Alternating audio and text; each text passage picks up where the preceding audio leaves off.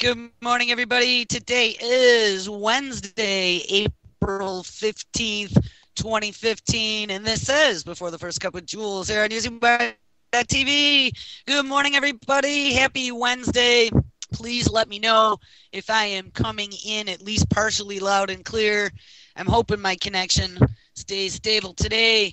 It is 50 degrees and partly sunny here in upstate New York. It definitely has been a nice couple of days here.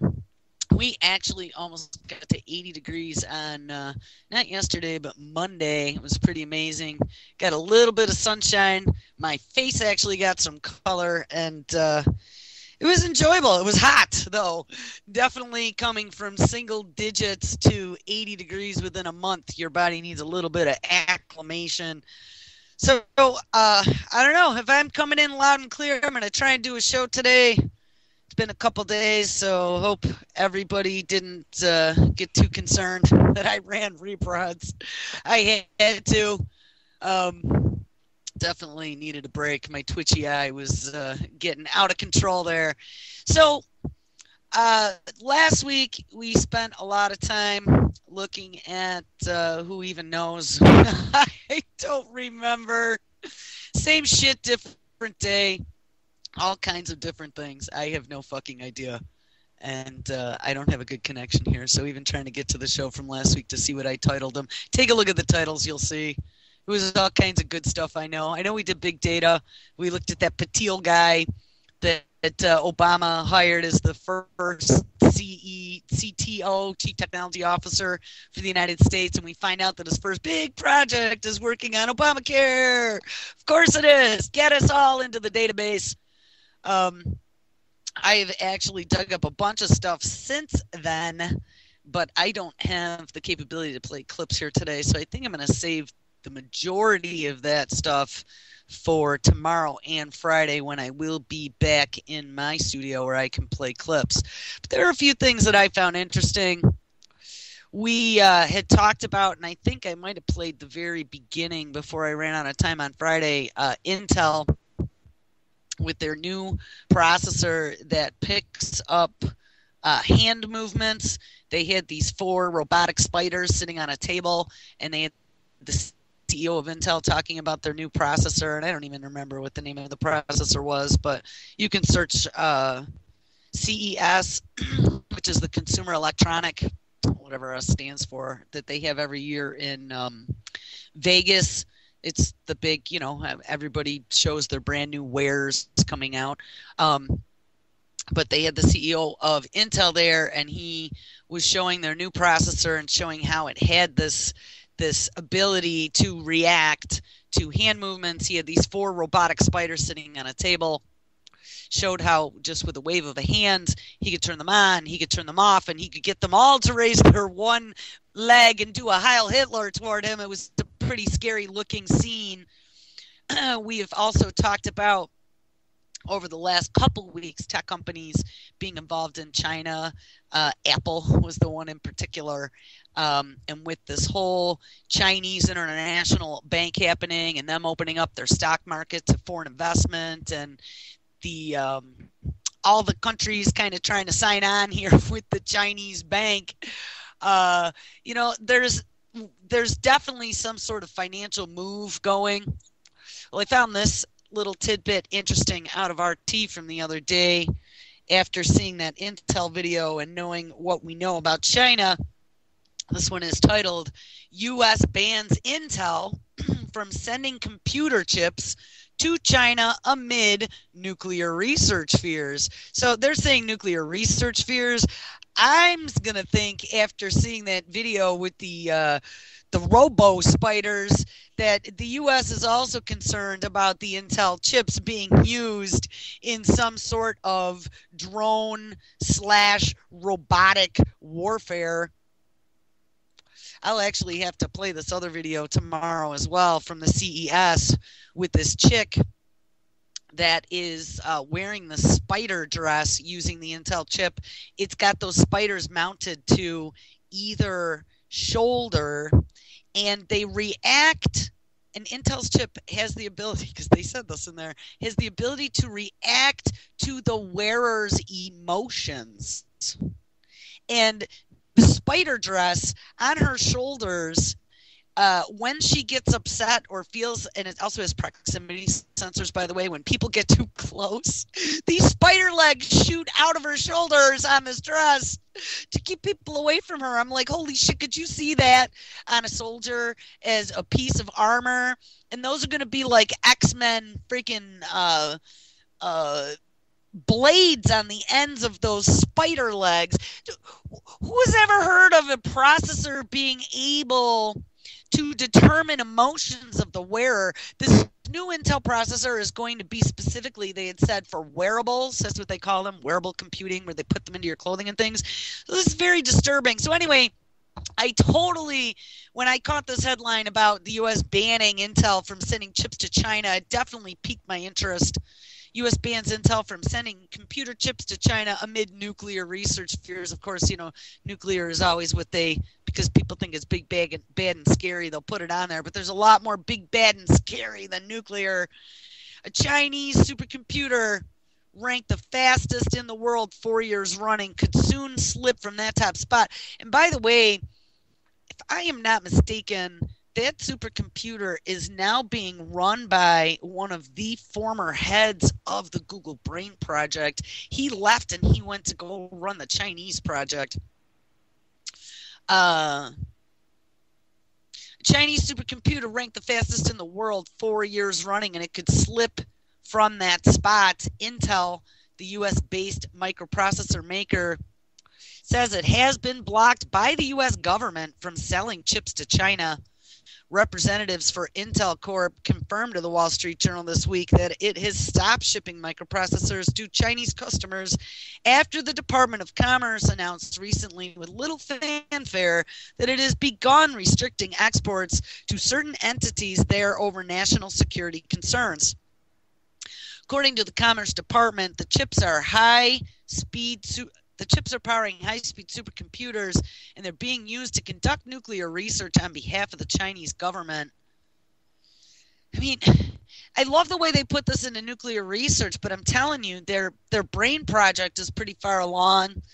Like I said, they have the former head of Google's brain computer, their cognitive computing computer has moved over there, and they are also have Apple in their right-hand pocket. So this, to me, is a little bit unusual. I mean, I haven't seen anything about the United States condemning Apple from doing business over there, or General Electric, or any of these other big corporations that are doing business, and not just small business, but big business in China. So this definitely caught my attention. And one of the other things, I don't know if you knew this, but Intel in this country does a lot of work with NASA, so that could be why there's some concern here. The group determined that the National University of Defense Technology, the National Supercomputing Center in Changsha, the National Supercomputing Center in Guangzhou, and the National Supercomputing Center in Tianjin, all located in the People's Republic of China, should be shunned because they've been ordering chips from Intel to build supercomputers, quote, believed to be used in nuclear explosive activities, according to the Commerce Department. Now, they have a little screenshot of Intel's official news from April 7, 2015. It was one of their tweets. Says, Pound Intel marks 30 years in China with new products investment, joint efforts to drive future innovation. And there's a link to a story. So apparently Intel's been doing business there for 30 years, and we just decided now, oops, it might be a bad idea. I'm just wondering if this doesn't have anything to do with the Chinese fucking takeover that's going on right now. Of course it does.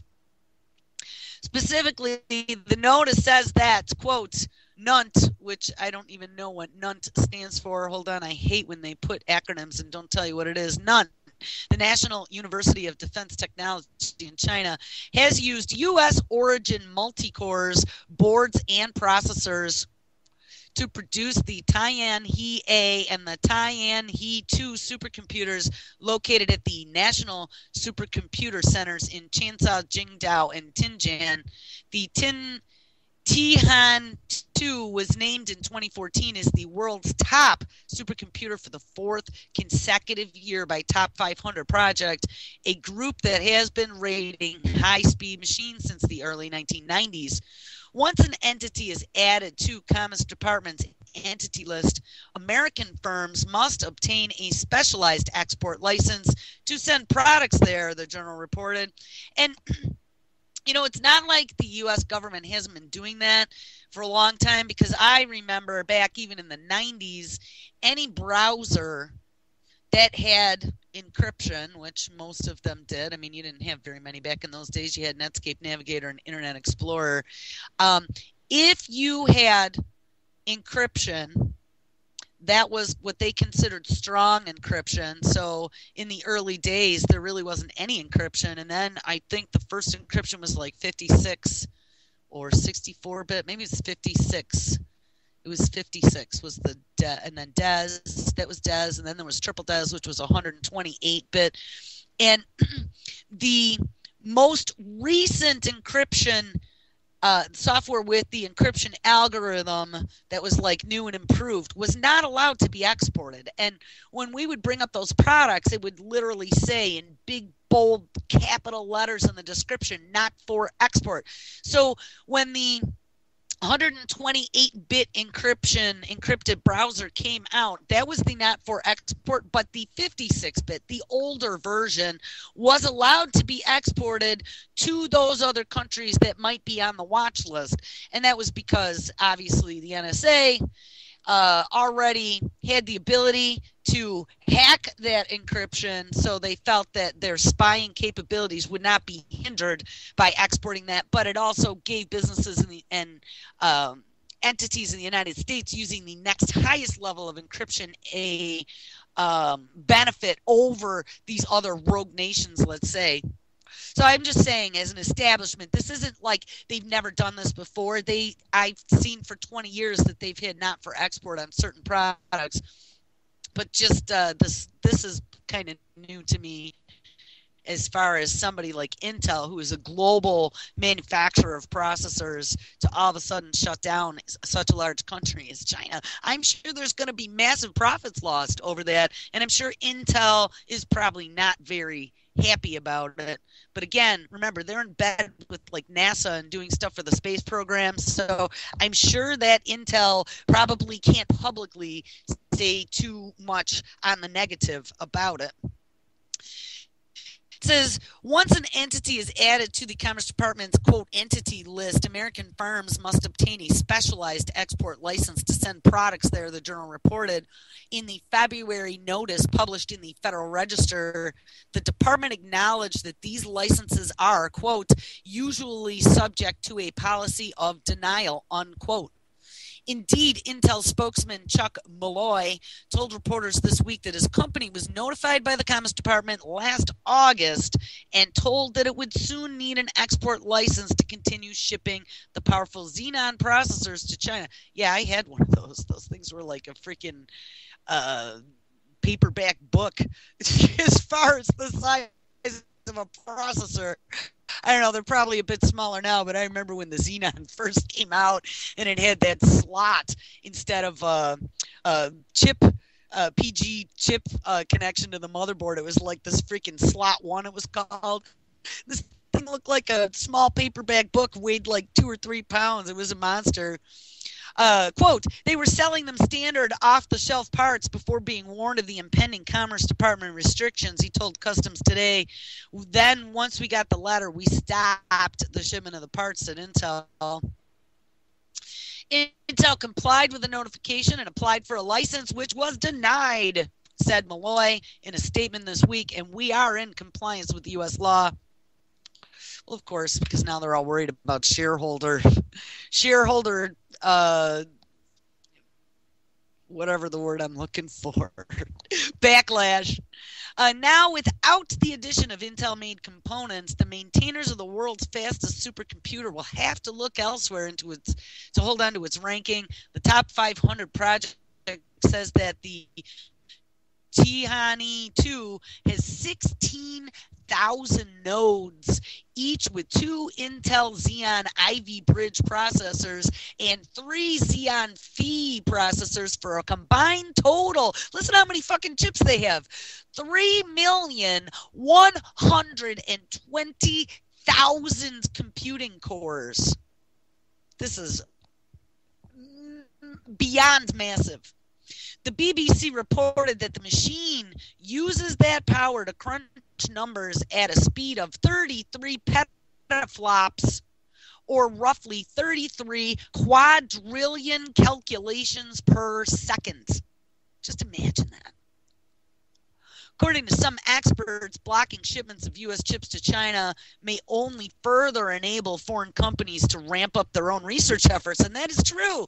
I mean, if you're shipping U.S. products there, just like we're worried about China shipping products here and having spying capabilities built into motherboards or small electronic chips, we could have been doing the same thing and having front door surveillance into any of these activities. If we cut them off, that pretty much cuts us off at the legs.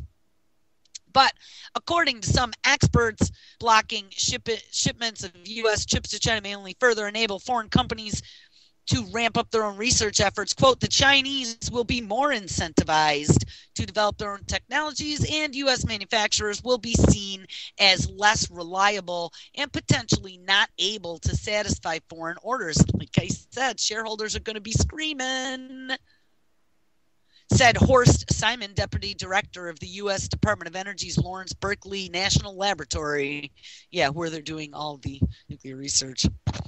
China has been pushing the development of its own chip industry, and this is likely to accelerate their efforts, Simon told the Chinese Daily. And, here's the other thing. One thing that China is well known to do is to take products that are developed by American companies and reverse engineer them and then put them out as their own. Hawaii, H-A-W-A-E-I, Huawei. They make networking products in China. Huawei, I remember back, it must have been the early to mid-2000s, Cisco coming out saying that Huawei had pretty much taken all their routers and completely ripped them off, took their operating system and pretty much duplicated, without any concern to copyright or ownership rights, all of their code and their usability. And Huawei products are out there. Our federal government's even buying them, which again, talk about like doing stupid. Why would we be buying Chinese products for our federal fucking government to use? And just recently I saw that they were thinking about putting Huawei on some sort of international ban list or do not purchase list, but I don't know if that happens. And I don't know if that lawsuit from Cisco ever got settled. I mean, it looked pretty cut and dry back in the day, but I mean, just over the last year I saw that there were still rumblings and Huawei was still in business. Quote, with the exception of Intel chips, the rest of the Tihani 2 technology was developed domestically within China. The Commerce Department declined to comment for the Journal's report on Thursday, and PC World said that an employee of the National Supercomputing Center of Guangzhou said that they were, quote, not very clear on the situation. Even if they did stop selling, there is nothing to prevent China from getting Intel chips or anyone else's chips from a number of alternative sources. Well, of course, black market, I'm sure that they probably have lots of international resellers from other countries where Intel chips are not banned.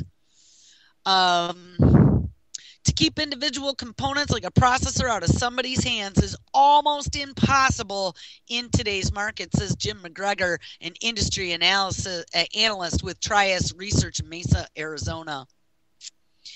China had planned to upgrade its machine later in 2015, the BBC reported, to give it a speed of 110 petaflops, Meanwhile, Intel has signed a $200 million deal with the U.S. government to build the Aurora supercomputer at the Argonne National Laboratory in Illinois. Oh, there we go. That's why we're cutting China out of the deal, because we're going to build our own. Once completed, that machine will have a peak performance of 180 petaflops, which of course is faster than the 110 that the Chinese were planning on upgrading to this year, which is around 6 times faster than the current Chinese supercomputer speed. Oh, isn't that nice? When the top 500 project released last year, the last annual supercomputer rankings in November 2014, the U.S. developed Titan supercomputer had placed second to China, followed by IBM Sequoia. So, I don't know. Seems interesting. Blocking an American tech company from selling technological products to international companies when we're looking at passing things such as the TPP. Pretty much TPP is going to encourage tech companies to go to other countries where they can manufacture products cheaper and then force us to buy them. Seems definitely interesting that we're holding a corporation such as Intel's feet to the proverbial fire.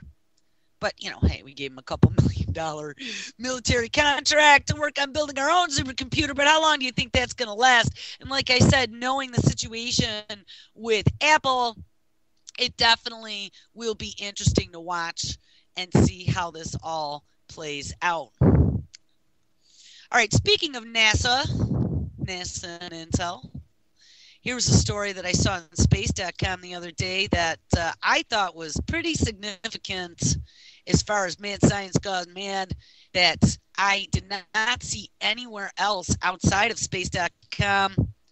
And this should be definitely like a red light to us, that things have gone to the point of where we have made ourselves gods. Listen to this. NASA scientists cook up building blocks of life in the lab. Now, anyone who ever took basic biology growing up remembers that, that's always the question: where did life come from? Did we really have the Big Bang? Did we have evolution? Did it come from an asteroid? Where did these single-celled organisms grow from out of nothing to then develop multi-celled organisms, to then develop aquatic organisms, to then develop brains, to then develop legs, to then, come up and become mammals, and continue on the evolutionary scale? Well, according to NASA Tomorrowland, many of the chemical ingredients necessary for life as we know it were available on early Earth and should be present on exoplanets as well, says new research from NASA. Researchers at NASA's Ames Research Center in California generated 3 key components of RNA and DNA in the lab by exposing commonly occurring ring-shaped molecules of carbon and nitrogen to radiation under space-like conditions. Nobody really knows how life got started on Earth, says Scott Sanford, a space science researcher at Ames, in a statement. Our experiments suggest that once the Earth formed, many of the building blocks of life were likely present from the beginning. Since we are simulating universal astrophysical conditions, the same is likely wherever planets are formed. Sanford and his colleagues worked with pyridamine, a ring-shaped molecule often found in meteorites.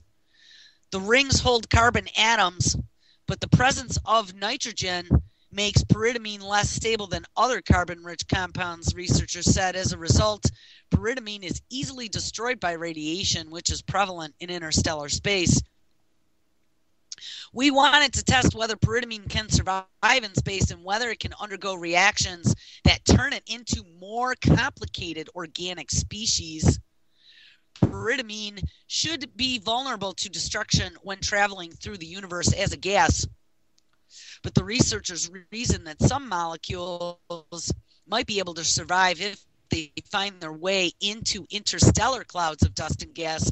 Such clouds could serve as a shield, absorbing much of the radiation on the outer edges and keeping it from reaching the interior. Safe inside the clouds, pyridamine molecules would freeze onto dust grains, which might allow them to survive any radiation that it would be exposed to later. To test their ideas, scientists exposed an ice sampling containing pyridamine to ultraviolet radiation in a vacuum at temperatures as low as minus 440 degrees Fahrenheit, conditions similar to those experienced in interstellar space.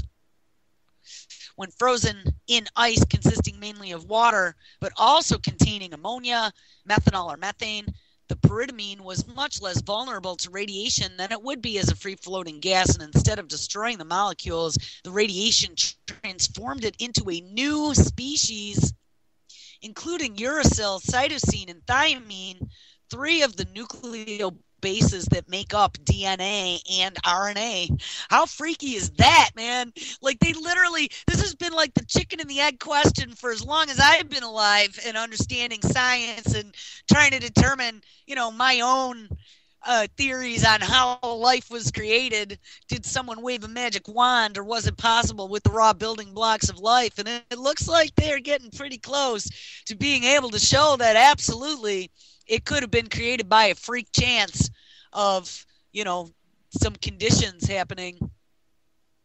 Quote, "We are trying to address the mechanisms in space that are forming these molecules," says Ames researcher Christopher Maltese. "Considering what we have produced in the laboratory, the chemistry of ice exposed to ultraviolet radiation may be an important linking step between what goes into space and what fell to Earth early in its development." Although scientists know that pyridamine is found in meteorites, they are still uncertain about its ultimate origins, like the more stable carbon-rich polycyclic aromatic, oh my God, like it's early, polycyclic aromatic hydrocarbons, or PAHs, considered as a potential material to kickstart life. Pyridamine may be produced by the dying breaths of red giant stars or in clouds of interstellar gas and dust, said the researchers. So, that's pretty interesting, I have to say. Like I mentioned, though, the only place I saw this story was on space.com. And, I guess that doesn't surprise me. Scientists in the lab are more concerned about creating synthetic life than they are creating biological life. But yes, chicken, the egg, or the rooster. The rooster did it all. All right, so to get back here, there's a new tick-borne disease, and we're going to talk about that one tomorrow because there's a clip with this that I want you guys to hear, but it's called the Powassan virus. It is very, very similar to Lyme's disease. We've talked about that. We've talked about the origins of Lyme's. We've talked about Plum Island. We've talked about using, and this was some of the research we dug into last week with Eric Traub, another Nazi brought over in Operation Paperclip, who seems to have connections with Plum Island as well. He was a veterinarian, and he did research into diseases and bioweapons utilizing insects to spread them. Well, this new Powassan virus that they have discovered in Connecticut, so any of you up there in the upper Northeast, beware this year. This Powassan virus, Powassan is how it's spelled, is very similar to Lyme's disease, except that it's worse and there is no treatment at all. At least with Lyme's, they found if you catch it early, you can use some of the cephalosporin antibiotics to knock it out before it gets into your joints where then it can hide like a corkscrew for 20 years and it isn't very treatable. But this Powassan virus has no treatment. Now, like we've been talking, all of these diseases that are appearing everywhere, never before seen, hasn't been seen in 50 years. How amazing. Must be global warming. I don't think that this is any fucking accident, as this is happening in conjunction with this whole mad science gone mad moving forward with these RNAi vaccines, mad science mixing shit and using us as a guinea pig, pushing vaccines on our children. And I saw that the bill had moved forward in California, by the way. Hold on one second. We will find that story. And now this whole new thing between now and 2020 to get all adults with their boosters. Don't think that this isn't a grand plan, and then tie that all into Obamacare, tie that into nanotechnology, tie that into the ultimate takeover of biological life, and you're going to see a really scary picture starting to form. Take a look at what happened in Australia last week, where the Prime Minister had decided that anyone that was getting any type of payments from the state for their child, and I mean, think about it here. We all get child care credits, or child, right? You get your $3,600 tax deduction for a kid, I think it is, for here. They could pull that here. You're not on record with Obamacare as your kid's getting vaccinated. You're not going to get your tax deduction. Your kids won't be able to go to a public school. I don't know. Maybe we're going to make you pay more for health insurance. That could be a new one. And by the way, no doctors on Obamacare is going to see you. I mean, I could definitely see that happening in the near future. Here, this is out of like lefty liberal, make me want to puke MSNBC. I hate this network. But the headline is, and this was from April and Burstein, actually. They posted this Thursday or Friday. California approves bill banning child vaccine exemptions. We talked about this, the religious exemption or the health exemption that a lot of states offer right now, where you could be a conscientious objector.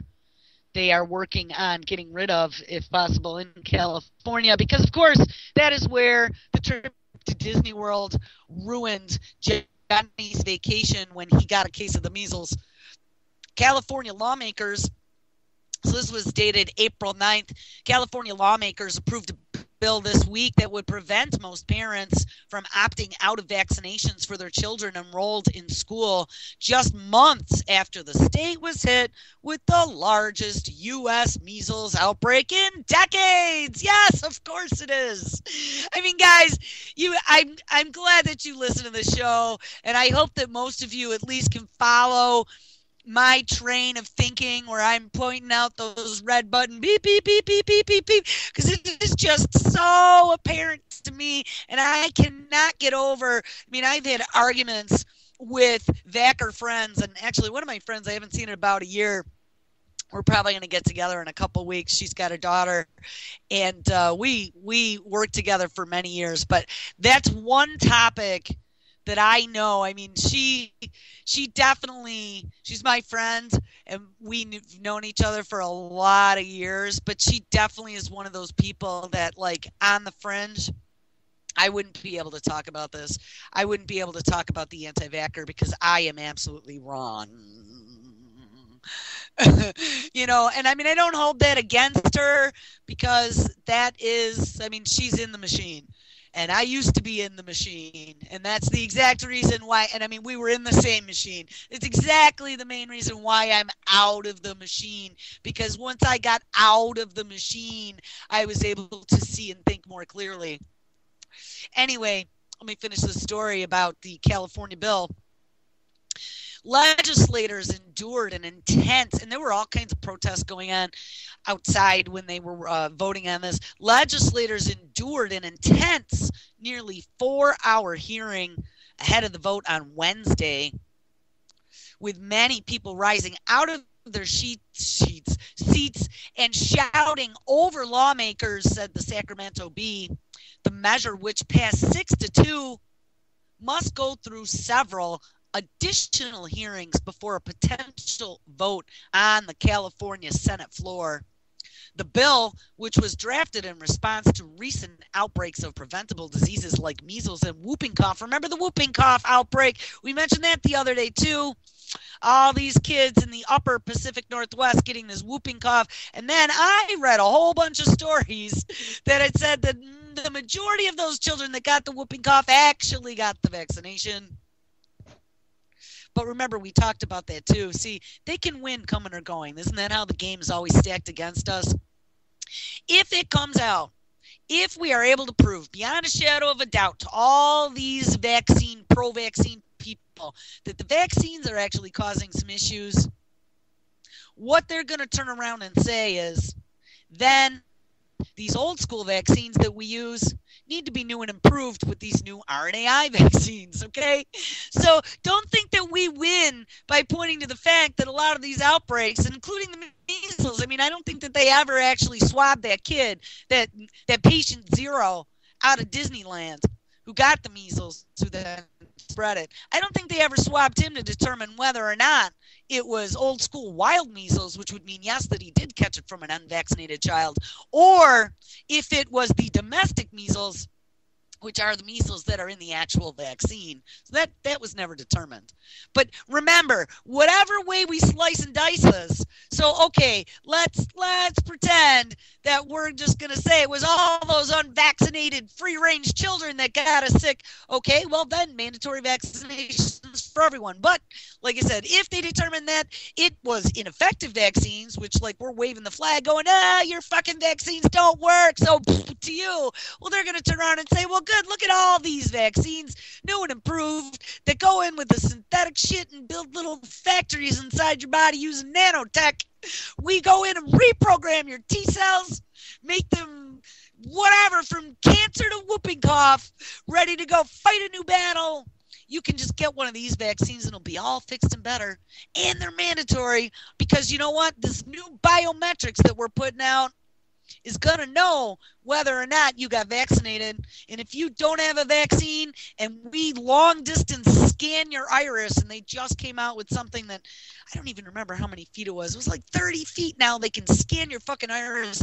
In this video, they were showing the cops pulling up behind a car and being able to take their beam and catch your iris through your side view mirror and scan it to identify you.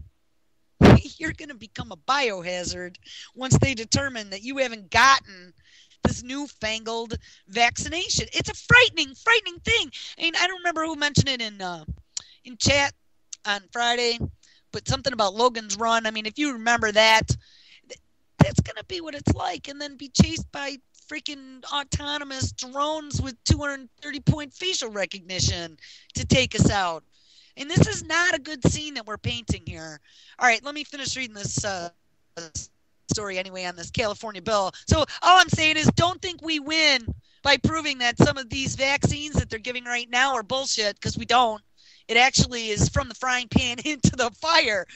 Why today we let them use their ineffective vaccines? Because at least the majority of them still use some sort of, even though we have additives and preservatives such as thimerosal and things in there, formaldehyde, at least they were using old school immunological theory, except for the Gardasil vaccine, which is using virus-like particle synthetic nanotechnology. But, you know, any of the old school are typically still using basic immunology.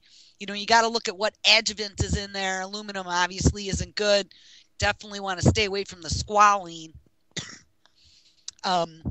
Excuse me.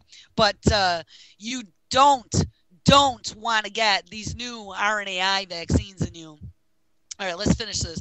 The bill, which was drafted in response to recent outbreaks of preventable diseases like measles and whooping cough, eliminates the quote-unquote personal belief exemption that currently allows parents in California not to vaccinate their children before enrolling in a public or private school.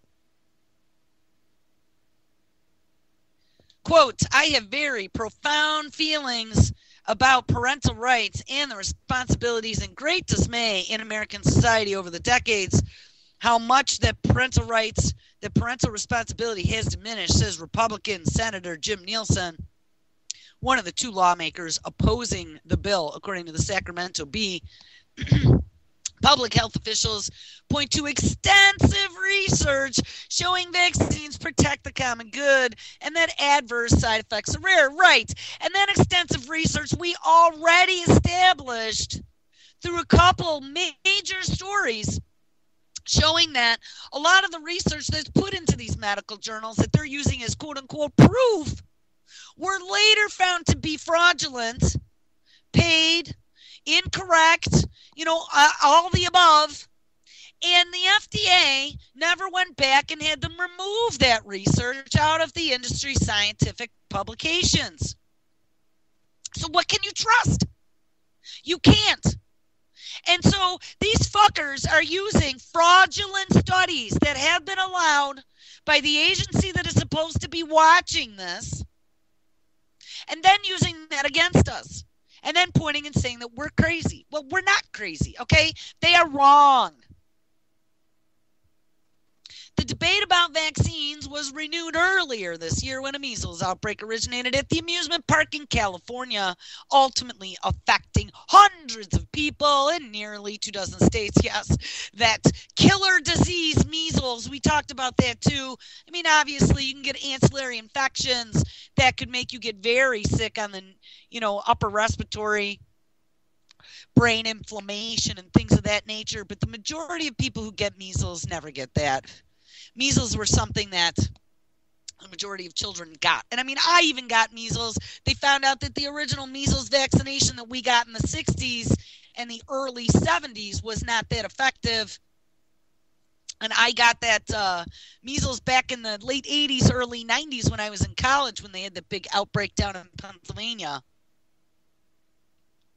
Since January, 159 people from at least 18 states and Washington, D.C. were reported to have measles, according to the CDC. The multi-state outbreak began last December when 40 people who visited or worked at Disneyland in Orange County earlier that month had contracted the disease. Hundreds of other people were isolated and tracked during their incubation period in case they developed the highly contagious and potentially deadly disease. The recent outbreak occurred 15 years after it was determined that vaccination had eradicated homegrown measles.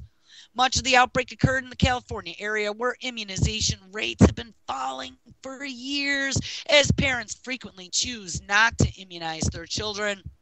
People who are vaccinated against measles are immune and cannot contract the virus. Oh, say like the fucking chickenpox vaccine. You get that chickenpox vaccine, which is some newfangled. I mean, everybody got fucking chickenpox. They don't need a chickenpox vaccine. And you can still get the fucking chickenpox.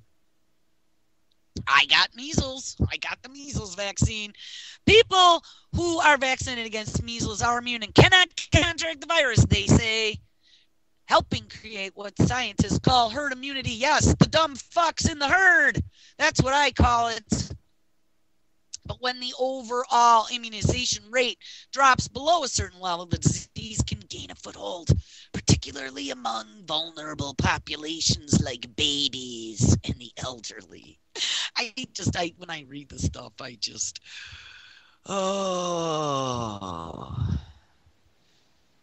all right, that's it. I'm not reading about Rand Paul.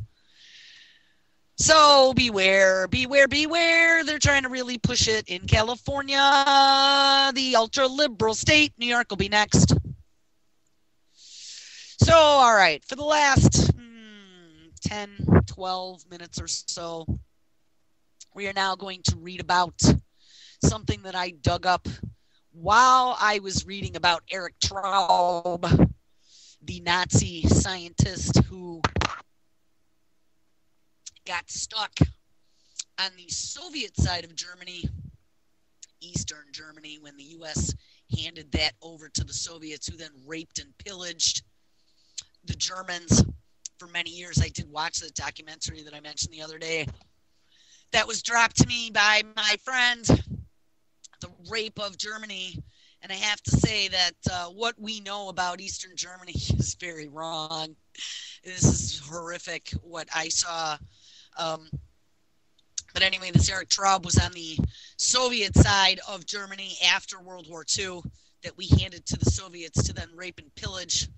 And the Europeans, the UK, and the English sent in some sort of secret team to rescue Eric Traub because his knowledge of biowarfare was so great. Of course, we didn't want the Soviets to have him.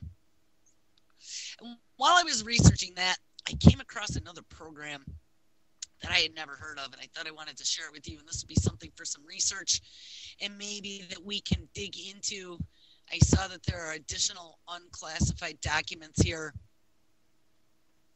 Oh, I see that there's some other pretty crazy shit here, too. It is called Project MKNAIOMI, N-A-O-M-I. We all have heard of MK Ultra, which was mind control. We're going to get into that one of these days. And this was MKNAIOMI.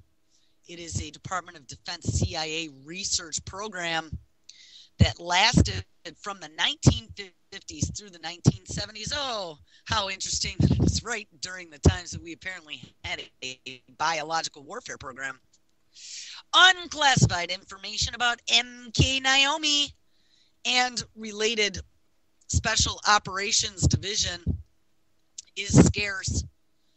It is generally reported to be a successor to the MK Delta project, which I have not read about that one, so that might be a new one for research. And to have focused on biological projects, including biological warfare agents, specifically to store materials that could either incapacitate or kill a test subject, and to develop devices for diffusion of such materials. Now, we read, Eric Traub and Plum Island in particular. One of the technologies that they were working on is using all kinds of insects for dispersing pathogens, namely mosquitoes, which, that's got to make you worry now as they're dispersing the Oxitec GMO mosquitoes. They used fleas, ticks, what was the other one? There was one more, tsetse flies, which, we didn't see anything more than that one story about ISIS getting the flesh-eating disease now over in the Middle East,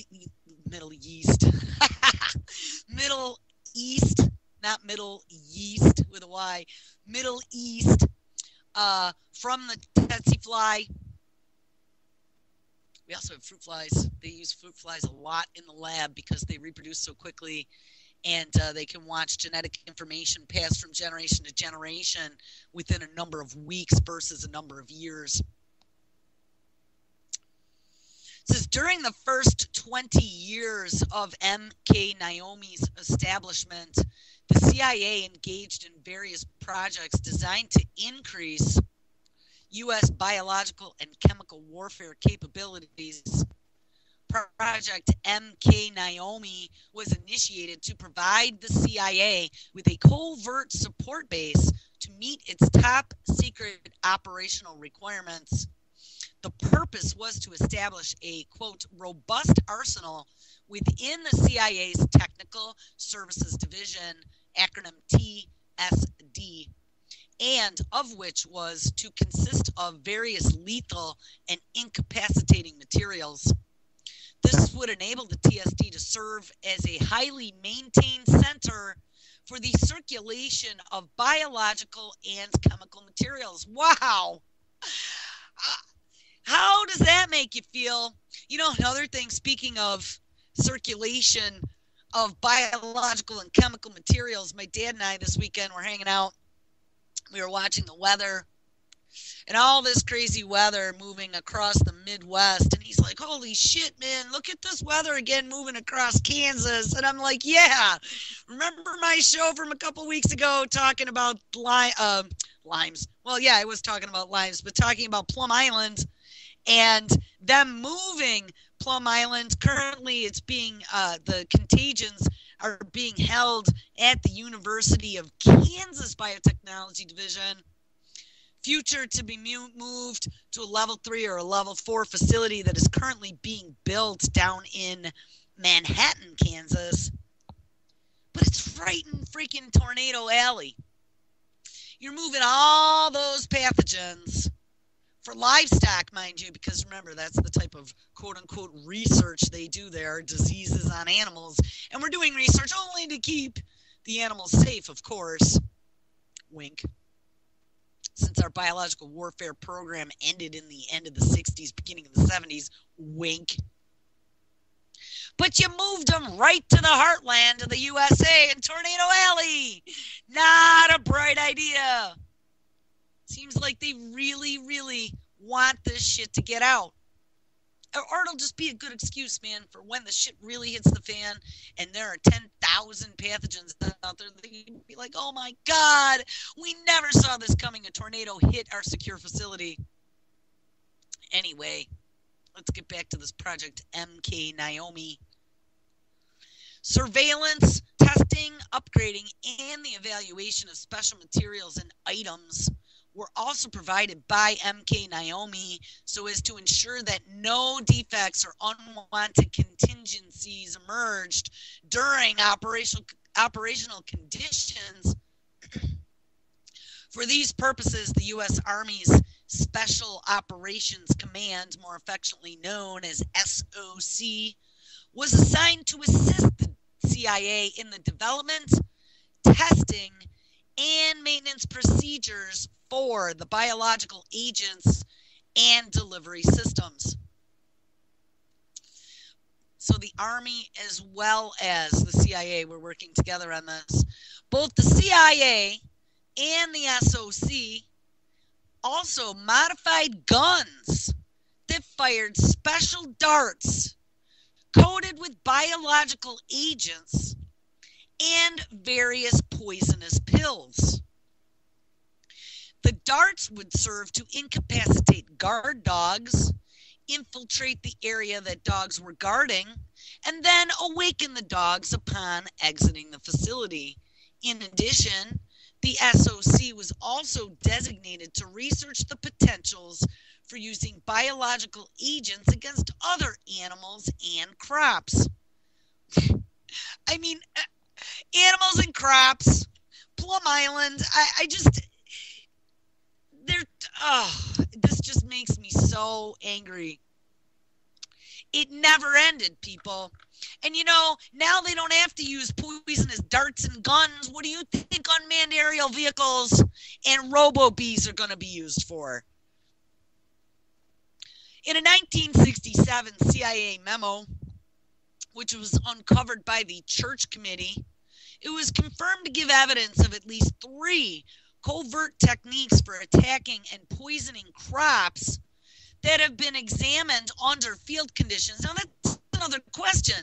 You know, you get this facility that's not only working on livestock diseases and biological warfare, but also crop diseases and biological warfare, and you bring them offshore to the center of our country in the heartland of agriculture.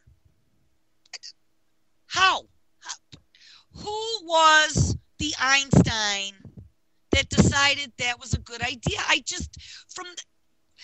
We should 100% demand all the records be open, but since the White House doesn't have to give up FOIA anymore, I don't think we'll ever get anything from them about any of this. But put it smack dab in Kansas. On November 25th, 1969, President Richard Nixon, wink wink, abolished any military practice involving biological weapons. Yeah, like we trust too Richard Nixon, who was in the middle of using Agent Orange down in Vietnam at the time, that he abolished any biological weapons. Yeah. And Project MKNAIOMI was dissolved. Wink. Like HARP isn't under the control currently of DARPA. No, it's shut down, right? Wink. Or should we do ding, ding, ding, ding, ding? On February 14th, 1970, a presidential order was given to outlaw all the stockpiles of bacteriological weapons and non-living toxins.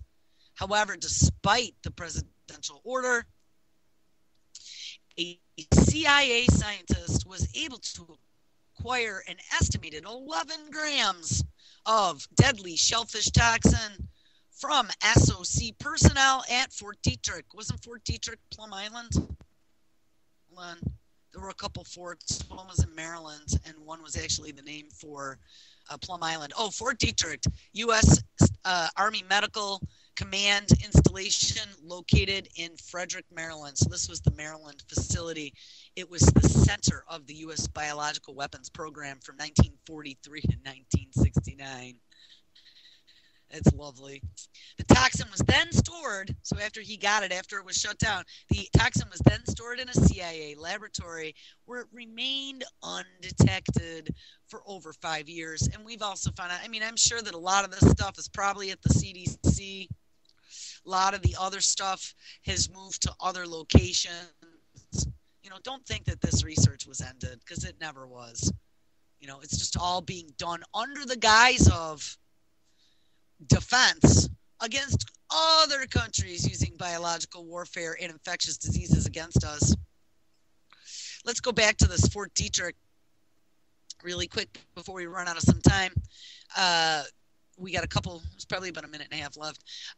Fort Detrick, Maryland, historically was the center for the U.S. biological weapons program from 1943 to 1969, and since the discontinuation of that program, it has hosted most elements of the biological defense program.